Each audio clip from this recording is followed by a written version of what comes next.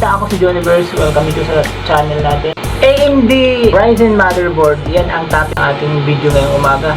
Featuring motherboard, ang MSI Mag B550M Mortar Max Wi-Fi. Update din pala tong video na to sa mga nakapanood na ng video ko dun sa pag-build ko ng PC last year. Almost 1 year lang yung tinagal ng ating motherboard. MSI din yon, kung hindi nyo pa napanood, nandiyon lang yun sa mga videos ko. Ito nga yun eh. Yan ang papalitan natin siya ngayon ng motherboard kasi nasira na. Video editing, Photoshop, tapos browse, yun lang naman ang gamit ko sa computer. Pero ayun, nasira at nakakalungkot, pero ganun talaga. Kung natayin ko lang na defect agad yung motherboard natin. Pwede pa lang kung anong pinakadahilan. Ganun pa man, wala na tayong magagawa kundi palitan yun. Kaya MSI pa rin yung napili natin. Nag B550 pa rin ako. Itong Mag Mortar Max na to, itong magandang klase na.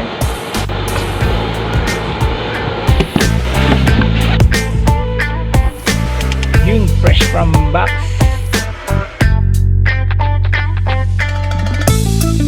Tanggalin ko lang yung motherboard na nasira nating motherboard. At lilinisan ko na rin yung mga fan diretso kasi medyo maalikabok na rin. Tara.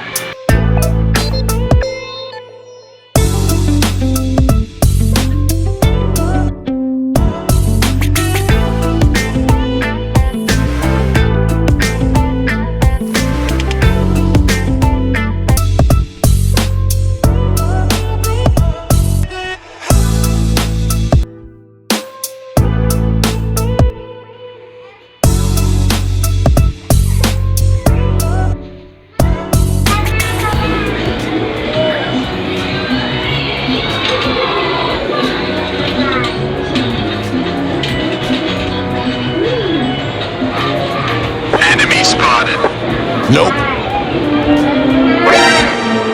Sakto, nandiyan na yung makakatulong natin para mailagay yung motherboard natin.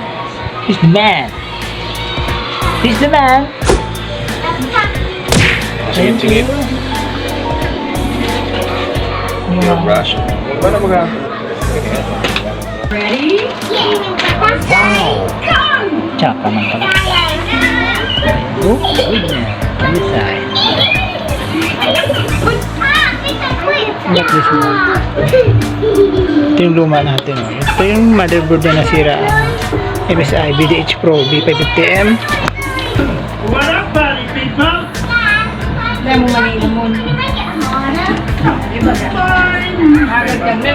Linisan pa pala niya. So yun po, nalagay na po yung processor natin, yung lumang bago pa naman, yung 5600G na processor sa ating MSI motherboard.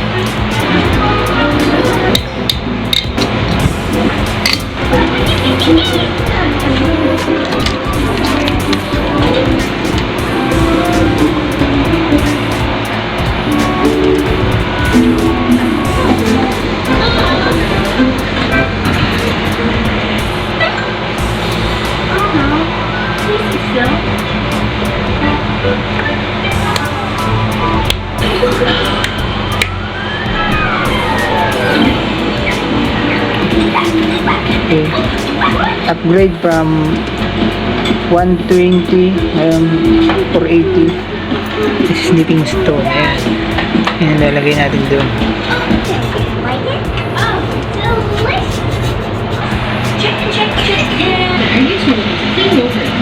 Sorry, mommy. Open it up.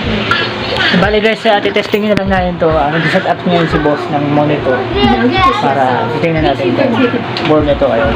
Kung sakaling gusto nyo trip nyo yung mga ganitong board, nasa ba yung link para kung saan nyo pwedeng mabili itong klase ng board na to. Okay. Okay. So ayan na po. Linagay na yung mga kable papunta dun sa monitor. At switch on na lang para ma-testing at makita kung gumagana at okay ba itong board na nabili natin.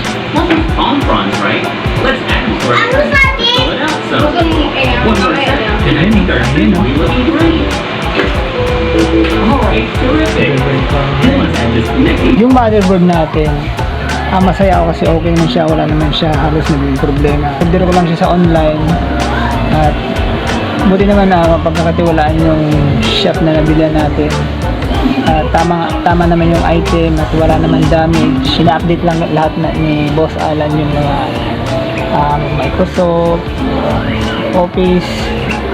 Yan, magpapaganyan ako ng Photoshop at mga video editor apps na pwedeng ilagay doon.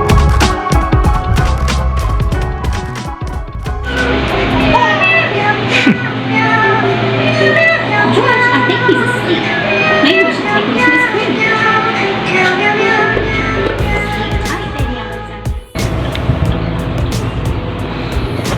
Ayun, pagkatapos ng ilang araw hanggang sa matapos yung palugit na binigay ng seller sa motherboard na binili natin, kasi kung sakaling may problema, may defecto yung motherboard, pwede natin isa uli. At masasabi ko sa ngayon, wala naman siya na halos naging problema pa. Ginagamit ko siya ngayon pang edit at i-upload natin to na-upload kong videos sa YouTube. Malaking big shout out na lang sa mga tumulong maayos yung computer natin, lalong-lalo sa Naga City PC Build. Kina Boss Alan, kina Sir Sijan, sira kayong computer, nabasa, lalo na bumaha ngayon. May TV, laptop, tamang-tama, nag-aayos sila, nag-home service sila. Mag-chat lang kayo, mag-PM lang kayo sa Facebook nila, sa Naga City PC Build. Sila ang bahala naman kayo sa buhay. Naga City PC Build, power. Salamat. Hanggang dito na lang, ako si Juniverse. Like, comment, na subscribe dito sa channel natin. Salamat. Peace.